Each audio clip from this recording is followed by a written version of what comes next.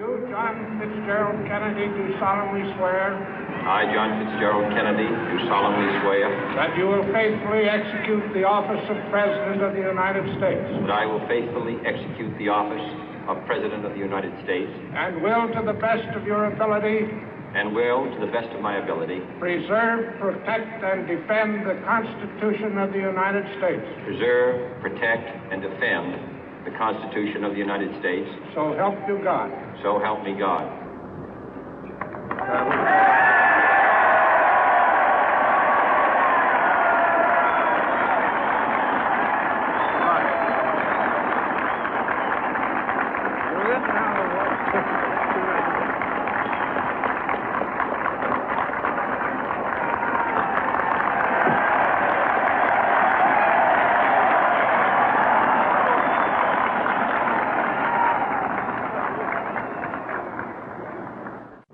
Vice President Johnson, Mr. Speaker, Mr. Chief Justice, President Eisenhower, Vice President Nixon, President Truman, Reverend clergy, fellow citizens. We observe today not a victory of party, but a celebration of freedom, symbolizing an end as well as a beginning, signifying renewal as well as change.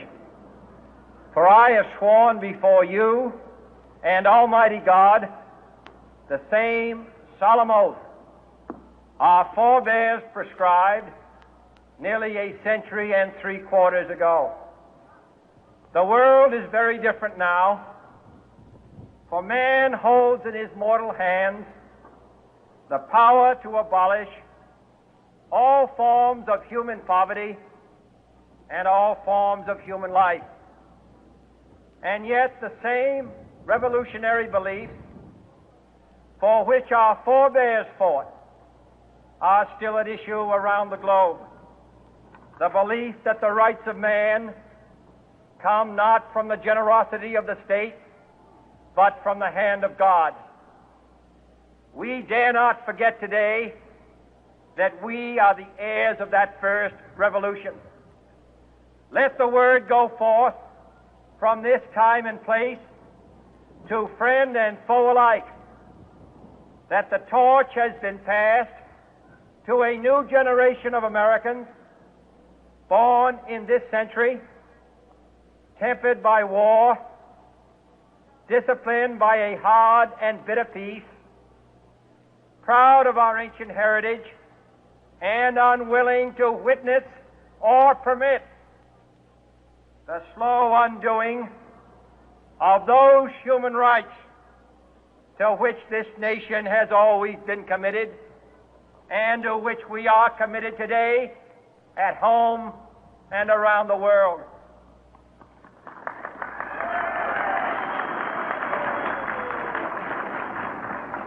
Let every nation know, whether it wishes us well or ill, that we shall pay any price, bear any burden, meet any hardship, support any friend, oppose any foe to assure the survival and the success of liberty.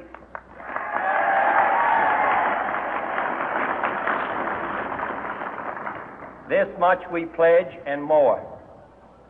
To those old allies whose cultural and spiritual origins we share, we pledge the loyalty of faithful friends. United, there is little we cannot do in a host of cooperative ventures. Divided, there is little we can do, for we dare not meet a powerful challenge at odds and split asunder. To those new states whom we welcome to the ranks of the free, we pledge our word that one form of colonial control shall not have passed away merely to be replaced by a far more iron tyranny. We shall not always expect to find them supporting our view, but we shall always hope to find them strongly supporting their own freedom, and to remember that in the past, those who foolishly sought power by riding the back of the tiger ended up inside.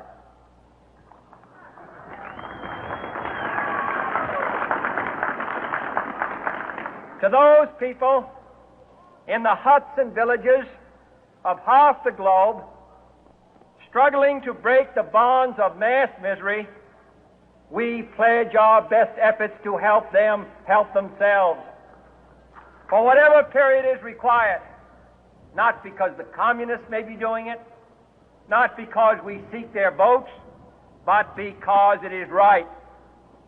If a free society cannot help the many who are poor, it cannot save the few who are rich.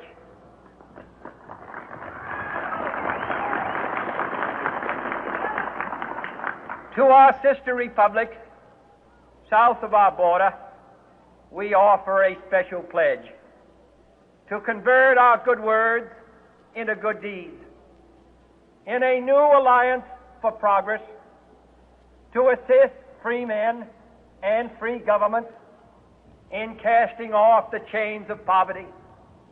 But this peaceful revolution of hope cannot become the prey of hostile powers. Let all our neighbors know that we shall join with them to oppose aggression or subversion anywhere in the Americas. And let every other power know that this hemisphere intends to remain the master of its own house.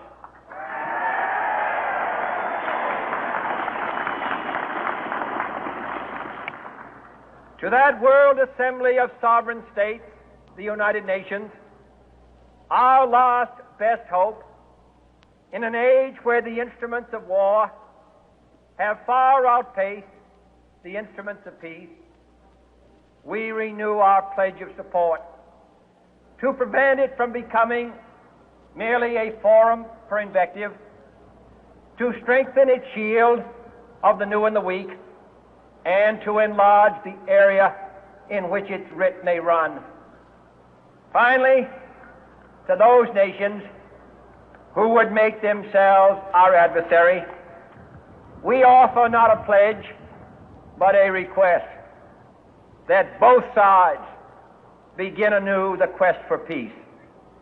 Before the dark powers of destruction, unleashed by science, engulf all humanity in planned or accidental self-destruction, we dare not tempt them with weakness, for only when our arms are sufficient beyond doubt can we be certain beyond doubt that they will never be employed.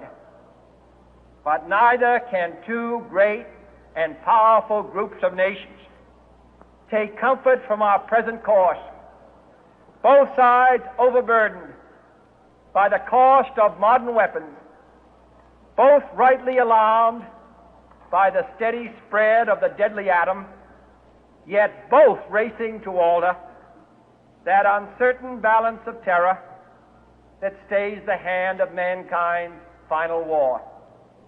So let us begin anew, remembering on both sides that civility is not a sign of weakness, and sincerity is always subject to proof. Let us never negotiate out of fear, but let us never fear to negotiate.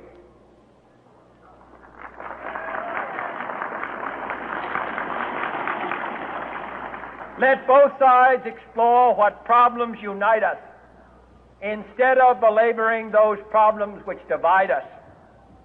Let both sides, for the first time, formulate serious and precise proposals for the inspection and control of arms, and bring the absolute power to destroy other nations under the absolute control of all nations.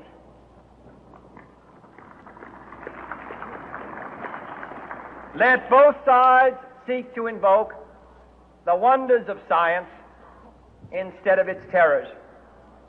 Together, let us explore the stars, conquer the deserts, eradicate disease, tap the ocean depth, and encourage the arts and commerce. Let both sides unite to heed in all corners of the earth the command of Isaiah to undo the heavy burden and let the oppressed go free. And if a beachhead of cooperation may push back the jungle of suspicion, let both sides join in creating a new endeavor, not a new balance of power, but a new world of law, where the strong are just and the weak secure and the peace preserved. All this will not be finished in the first 100 days, nor will it be finished in the first 1,000 days, nor in the life of this administration, nor even perhaps in our lifetime on this planet. But let us begin.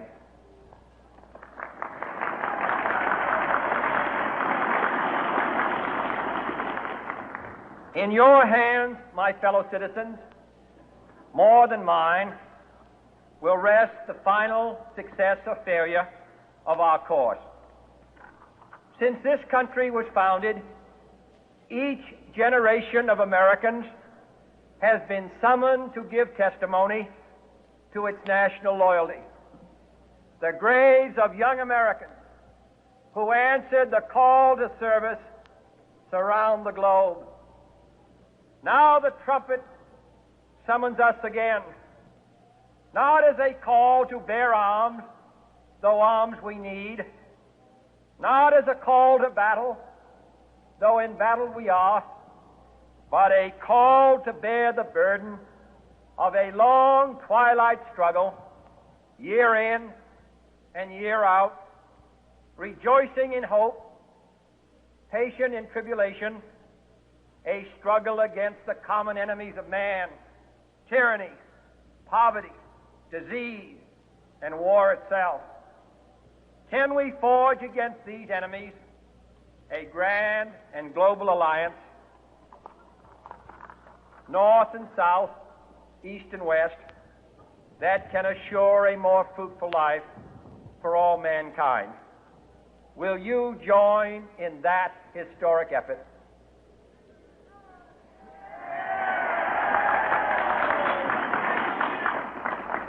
In the long history of the world, only a few generations have been granted the role of defending freedom in its hour of maximum danger. I do not shrink from this responsibility. I welcome it.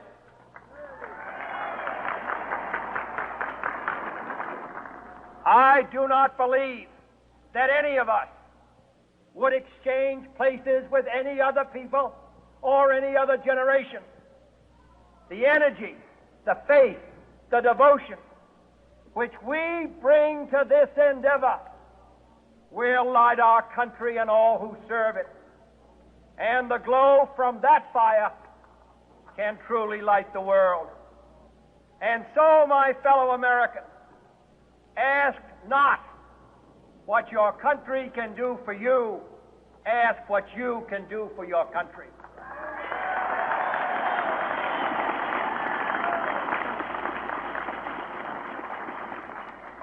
My fellow citizens of the world, ask not what America will do for you, but what together we can do for the freedom of man.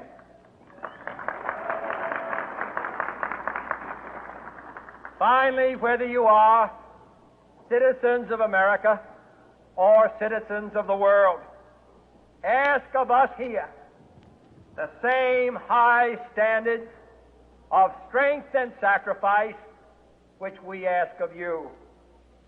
With a good conscience, our only sure reward, with history